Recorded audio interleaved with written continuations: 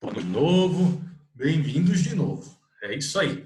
Então, nós estávamos lembrando, né, sobre essas teorias, falando sobre teoria dos círculos concêntricos e agradeço a participação de vocês e espero que vocês sempre participem mesmo, esse é o objetivo das aulas.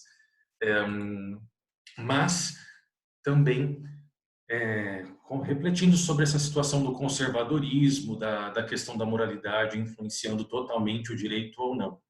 Enfim, e aí me foi feita uma pergunta no final do nosso primeiro horário, respondi a pergunta, mas também só para fechar, dentro daquilo que o Kaique me perguntou, Kaique, eu tenho absoluta certeza que a minha interpretação sobre o aborto é uma interpretação imbuída, contaminada de aspectos morais que fazem parte de mim, da maneira como eu enxergo a vida, como eu enxergo o mundo. Eu tenho consciência disso. É, isso mesmo, Érica. Tem que seguir sempre. Então, é, faz parte, né? Sempre quando a gente tem essa manifestação de opinião. Mas acho sempre possível e muito pertinente discutirmos sobre qualquer assunto. Depois nós falamos sobre a teoria dos círculos secantes, onde existe um aspecto de moral e um aspecto de direito e um elemento comum entre eles, um bom elemento comum entre eles. Então, uma boa parte é uma mistura de moral e direito. Temos uma parte que é só moral, temos uma parte que é só direito, e aí um não se mete com o outro. Temos a teoria kelseniana, que tem uma galera que defende isso, tá? E ela sustenta que direito é uma coisa, moral é outra, e não deveria, em hipótese alguma, haver influência entre o direito e a moral. Eles devem ser sempre separados. Falamos também da teoria do mínimo ético, que ele fala que o direito tem uma finalidade voltada à segurança social e a moral tem por finalidade o aperfeiçoamento do homem, principalmente quando ela é ajustada conforme o parâmetro ético. E aí existe uma relação de interdependência mínima. Pouquíssimos pontos ou detalhes existe uma relação entre direito e moral. No mais, são coisas bastante separadas. A teoria que mais vem ganhando adeptos é essa circunstância, essa teoria do mínimo ético.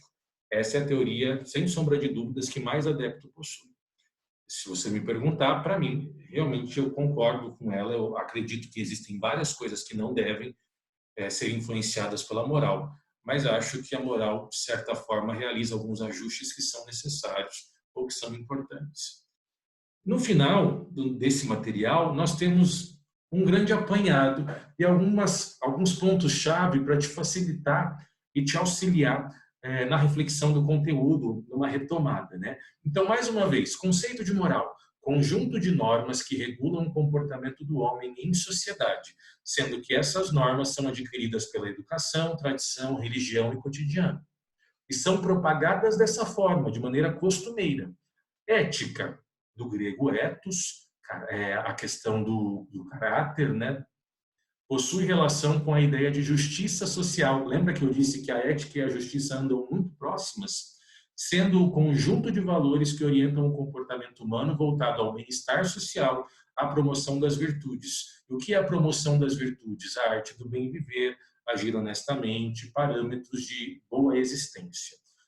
Um último quadro, para fechar esse assunto na perspectiva teórica, a gente tem que ética ela é princípio, é um parâmetro que tem a pretensão de ser universal, é uma ideia, é um valor. A ideia se imagina ou se deseja que a ética seja permanente e também se pressupõe que ela é universal. A moral é conduta, é a maneira como a... E assim, aqui quando eu falo conduta, nós precisamos traduzir essa expressão.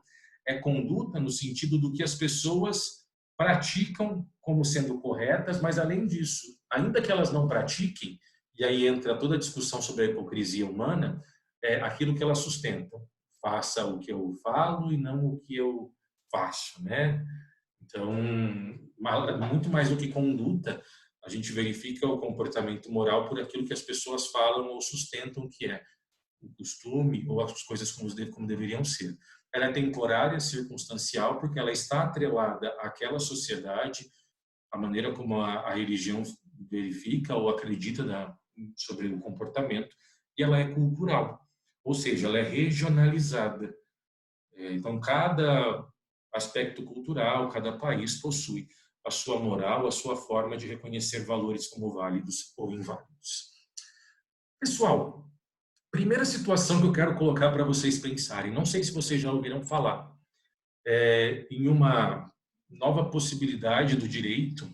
Vocês vão estudar em uma matéria no direito civil chamada responsabilidade civil.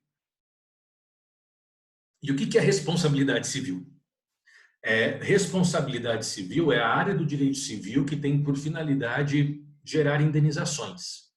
Então, dentro da responsabilidade civil, que é a ideia da responsabilização, nós temos o dano moral, o dano material, o dano estético e várias outras modalidades de dano que são reconhecidas. Ok, e aí?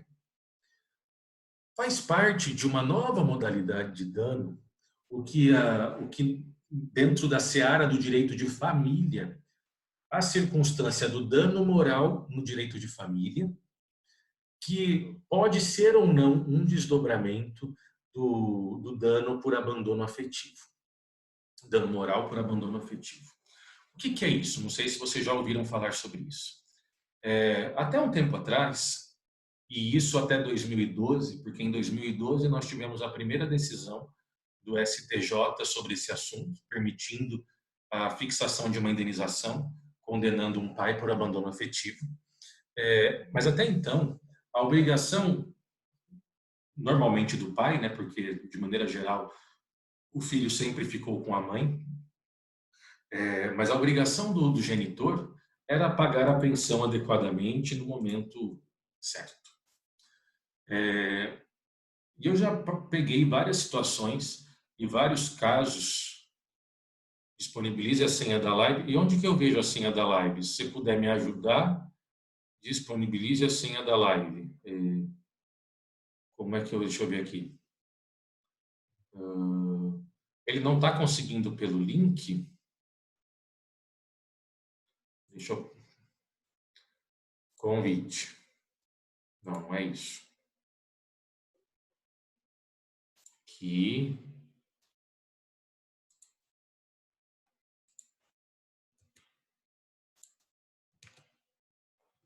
Ó, aqui a gente tem o link. Não está aparecendo? Ah, mas tem uma senha aqui. Oh, meu Deus, eu não consigo copiar ela. Então vamos lá. Ó, vou falar a senha, tá? 6 G minúsculo, M de Maria minúsculo, 64 B maiúsculo. Então, 6 GM 64 B. Oh, ótimo. 6 GM 64 B. Essa é a senha. Isso, Yuri. Muito obrigado. Tá bom? Já fica mais fácil. Bom, a gente já conversou, então a gente não precisa mais compartilhar a tela, mas vamos pensar, vamos continuar essa situação desse exemplo. E aí houve um reconhecimento, e um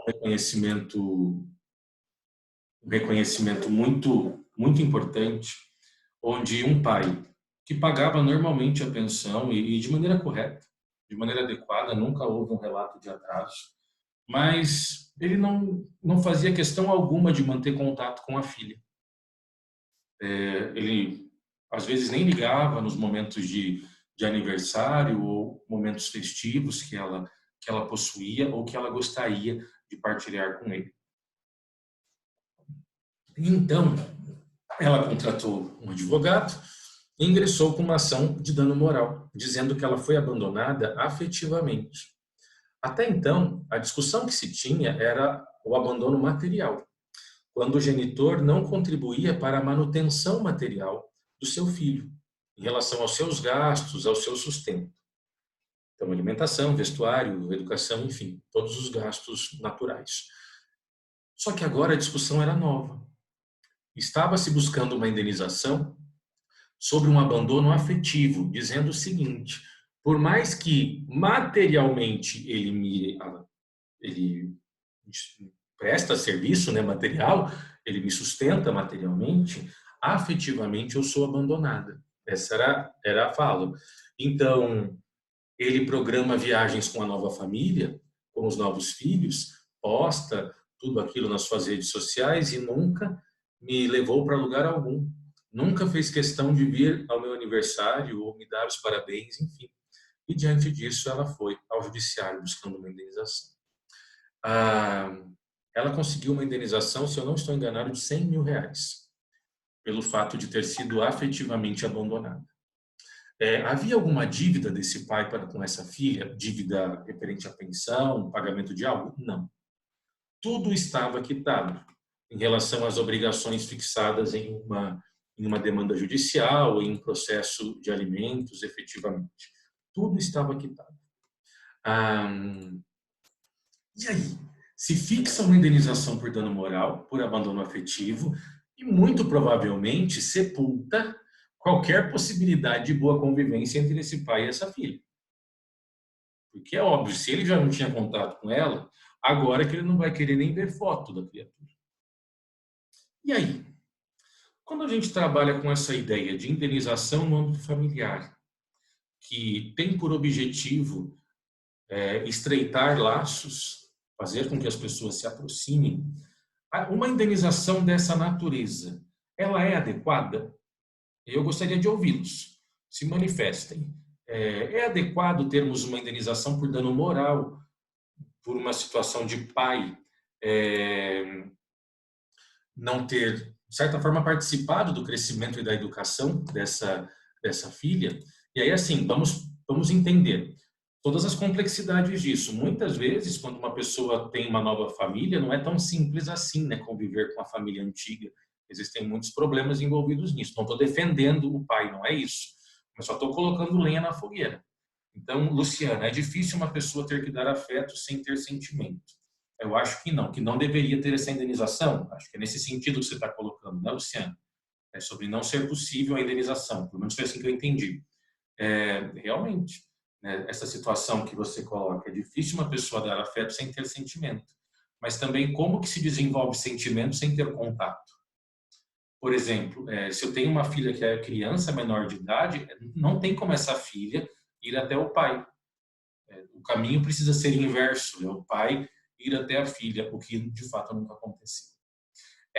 Esse tipo de indenização, ela é objeto de grandes discussões até hoje, de gente que concorda com isso e de gente que repudia, porque fala assim, não se coloca preço no amor, isso é destruir por completo a experiência familiar ou qualquer possibilidade de ajuste entre pai e filha, porque é fato. Quando essa filha fez isso, ela simplesmente compreendeu que, bom, até agora ele não fez nada, então agora não quero mais, então toca o pau. Eu acho que ela teve essa compreensão de que seria muito difícil ela construir qualquer coisa depois de pegar um valor desse do pai, né? Enfim, mas foi reconhecido como direito dela. Uma situação bastante difícil. O humano só ama aquilo que ele convive, né? É humilhante ter que cobrar amor. Eu concordo com você. E aí fala assim, algumas falas que eu observei, pessoas dizendo assim, é um absurdo, mas esse dinheiro não é suficiente para ela ter amor. Mas é suficiente para ela comprar algumas coisinhas, sabe? Porque ela não vai ter amor de qualquer jeito. Então é melhor não ter amor com 100 mil no bolso do que não ter amor e estar com a conta usando limite. Então, assim, pensando na praticidade da coisa, já que não vai ter amor de qualquer jeito, então vamos ser infelizes dessa área, mas com dinheiro no bolso. Então, talvez seja isso que ela tenha pensado. É, deixa eu ver aqui. Eu conheci um caso parecido, que o pai, em audiência, disse: eu não gosto dessa criança, eu nunca quis ter filhos, não se pode fazer nada nesse caso. Bom, eu tenho uma dificuldade muito grande em advogar na seara de direito de família, apesar de advogar, porque a gente encontra esse tipo de situação. Assim, ninguém é obrigado a ser pai, sabe? Ninguém é obrigado a ser mãe. E eu fico muito indignado com esse tipo de discurso.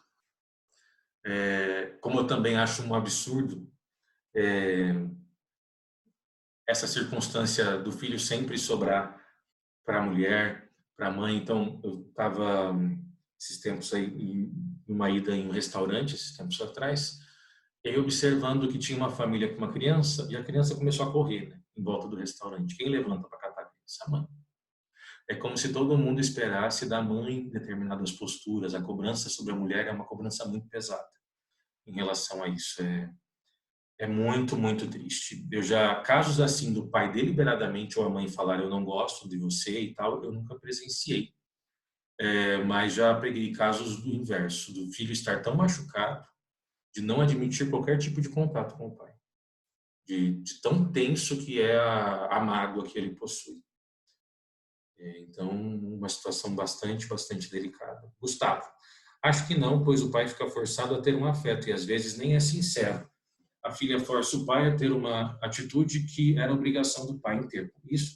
Mas é justamente por isso, Gustavo, que ela entra com indenização, que ela entrou com o processo. Como o pai deveria ter tido uma conduta e ele não teve, então que ele responda processualmente por isso, e o processo não vai obrigar, porque não tem como o processo obrigar o pai a visitar o filho. Já tive uma situação em que a mãe entrou em contato comigo porque ela queria que o pai pegasse o filho no final de semana, porque ela não tinha mais vida. E o pai não queria pegar. E você faz o quê? Não tem como o judiciário obrigar o pai a buscar o filho. Fica numa sinuca, né? Uma situação bem delicada. Diogo, afeto forçado não vai contribuir em nada à vida da filha, pois o que ela realmente procura é algo sincero. Sim, mas a gente tem que se lembrar que nesse caso ela não está buscando afeto. Ela só está buscando dinheiro. Vamos ser objetivos, né? Ela está buscando só uma indenização. Ela já perdeu qualquer expectativa sobre o afeto. Esse afeto deveria ter existido, né? E nunca existiu. Bom, exato, Kaique. Aí entra, de alguma maneira, algum efeito, né? Alguma possibilidade. Um outro exemplo, eu não sei se vocês conhecem, dura que eu sempre esqueço do nome desse filme. Talvez eu contando a história, você vai se lembrar do nome do filme. A atriz que faz a mãe é a Cameron Diaz. Então, dá para se fazer uma busca colocando filmes da Cameron Diaz. Qual que é a situação? Você tem um casal com duas filhas, a filha mais velha severamente doente e a filha mais nova, ela foi objeto de engenharia genética. Então, os pais tiveram um filho, fazendo com que essa criança fosse geneticamente compatível com a mais velha, para que essa criança pudesse ser doadora da filha mais velha, em razão da doença dessa filha mais velha. Então, essa filha mais nova nasce, e desde o momento em que ela nasce, durante toda a sua infância, ela cresceu em hospitais, sendo doadora da sua irmã mais velha. Nesse filme, chega um determinado momento que essa filha mais nova se rebela, procura um advogado, uma prova de amor. Muito obrigado, acho que é isso mesmo. Eu sei que tem alguma coisa de amor, mas acho que é isso mesmo. Ela se rebela, ela procura um advogado, porque ela quer impedir os pais de usarem ela como doadora mesmo. Ela não quer mais ser doadora da irmã. Ela não quer mais ser objeto de pesquisa ou de retirada de qualquer material do seu corpo. Ela não quer mais levar agulhada, não quer mais passar por aquilo. Enfim. E aí? Neste caso, houve uma questão, e claro que daí o filme foi para uma linha bastante comercial, né? Porque no primeiro momento é natural essa fala de que, nossa, que menino egoísta, que menino horrível e tudo mais, e o povo desce a lenha na menininha. Depois se viu que não era bem isso. Dentro do direito, isso tem um nome, isso se chama bebê medicamento. Como que funciona essa estrutura do bebê medicamento? Então, uma determinada família, quando tem um filho ou uma pessoa com uma doença muito grave, da qual é importante, a doação pode ser o único caminho para que essa pessoa seja salva, mas ninguém da família é compatível, hoje, por engenharia genética, é possível conduzir um feto a ponto dele ser geneticamente compatível com esse indivíduo doente. E sendo geneticamente compatível, ele poderá ser doador. Ele já nasce como doador. E aí, conforme for necessário, vai se utilizando dessa criança para pegar qualquer circunstância, medula, se for uma situação de rim, enfim, qualquer órgão doável que ela permaneça viva, é óbvio, não é para matar a menina também, ou a criança, seja ela menino ou menino, mas ela é usada como uma grande fonte de doação de qualquer coisa possível para esse outro familiar que possui uma doença grave.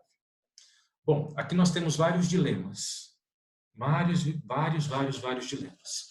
O primeiro deles, e é uma das discussões trazidas pelo filme, e nesse aspecto a discussão é muito inteligente. É razoável coisificar a esse ponto a pessoa? Porque o que se pensa é o seguinte: se esse familiar, no caso do filme, se essa filha mais velha não estivesse doente, essa mais nova não teria sido feita. Ou seja, a filha mais nova, essa doadora, ela não é fruto da vontade dos pais em terem uma filha. Ela é fruto da vontade dos pais em curar o outro filho. Então, ela é consequência do amor dos pais pelo outro, e não por ela, necessariamente. É claro que isso se tem construção de amor e tal, mas consegue pensar? Então, é também muito difícil para esse indivíduo que é criado com essa finalidade compreender que ele não é uma consequência natural da vontade dos seus pais, de ter um filho, de ter uma criança, de exercer a maternidade e a paternidade em sua plenitude. Ele foi criado para servir de doador, de fonte doadora. E ponto. E aí, a partir do momento em que o seu parente é curado, é como se ele perdesse o sentido da sua existência. Que é um problema muito sério. E outro, é razoável montar geneticamente uma pessoa para essa finalidade? E nesse aspecto entra, mais uma vez, essa discussão da coisificação da vida humana. Eu estou utilizando uma pessoa como instrumento e não como finalidade. É interessante aqui na perspectiva kantiana, quando ele trabalha sobre o conceito de dignidade, ele diz que o ser humano, a pessoa, ela tem que ser o fim e não o meio. Se eu crio uma pessoa geneticamente conduzida para ser compatível com alguém, eu estou tornando essa pessoa um instrumento, tornando essa pessoa um meio. Essa é a razão dela existir. Por isso que ela foi criada. E aí, se vai dar certo isso ou não, isso é uma outra discussão. Mas isso é um dilema muito sério. E isso também gera muitas discussões. Vamos ver aqui alguns comentários que foram feitos. A Luciana colocou: mas se temos direito de ir e vir e não ter sentimento por uma pessoa, não há no sentido de atinge moral nem ética, né?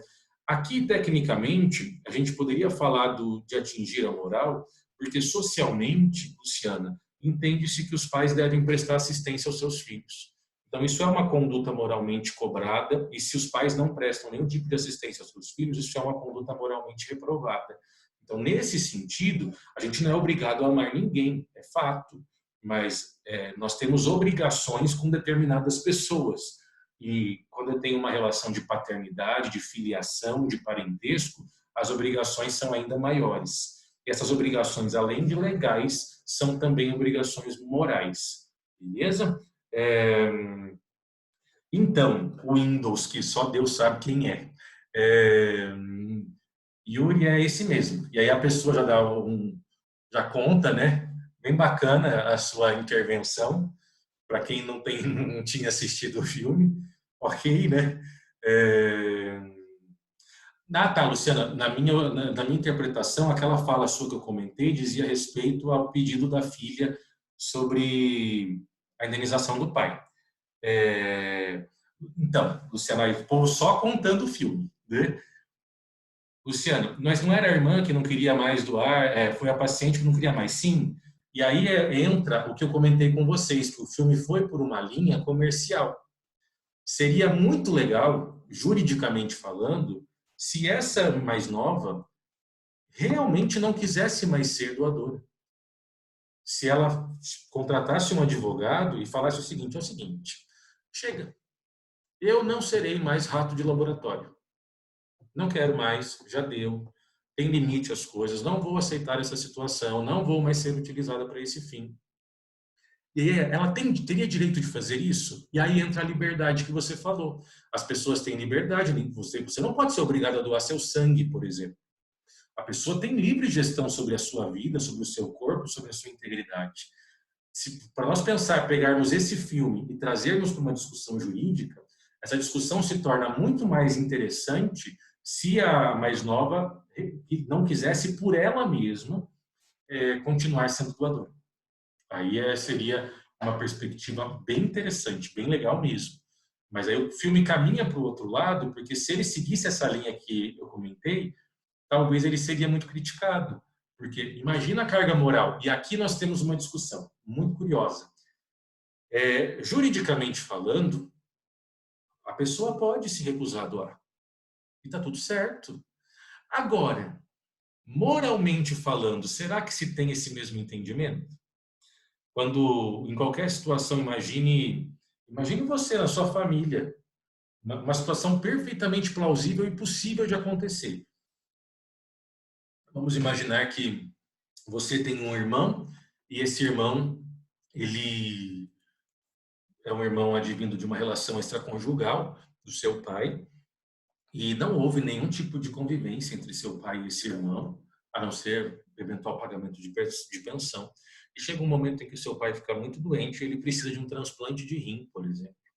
E aí se descobre que o seu filho, proveniente de uma relação extraconjugal, ele é compatível e o único doador compatível. Vocês procuram esse outro filho, conversam com ele e ele se recusa a doar. Muito provavelmente haverá uma reprovação gigantesca da conduta dele. Tipo, você está sendo vingativo, a vingança nunca é plena, mata a alma e envenena, e qualquer outra fala nesse sentido, que coisa errada, que absurdo, uma pessoa que não tem Deus no coração, e qualquer outra justificativa entra numa circunstância dessa. E juridicamente a gente olha para uma questão dessa e fala, ele pode falar não. Ele não pode ser obrigado a fazer uma doação, mas é pai dele. Dane-se que é pai dele. Se ele não quiser. No caso dele, ainda que eu coloquei e facilitei a história dizendo o seguinte, o pai dele nunca se fez presente na vida dele, ele não desenvolveu qualquer tipo de afeto, então, por que ele tem que doar? A gente fala um negócio desse, nossa, que absurdo. Por quê? Porque existe uma carga moral muito forte. Existe um conjunto de ideias que são colocadas na nossa cabeça e que acabam influenciando bastante a maneira como nós pensamos e como nós interpretamos não só os nossos atos, mas principalmente os atos alheios. E isso se aplica para qualquer situação. Então, com isso, a gente encerra a nossa fala sobre essa questão de ética, moral e direito e a moral influenciando ou não no direito.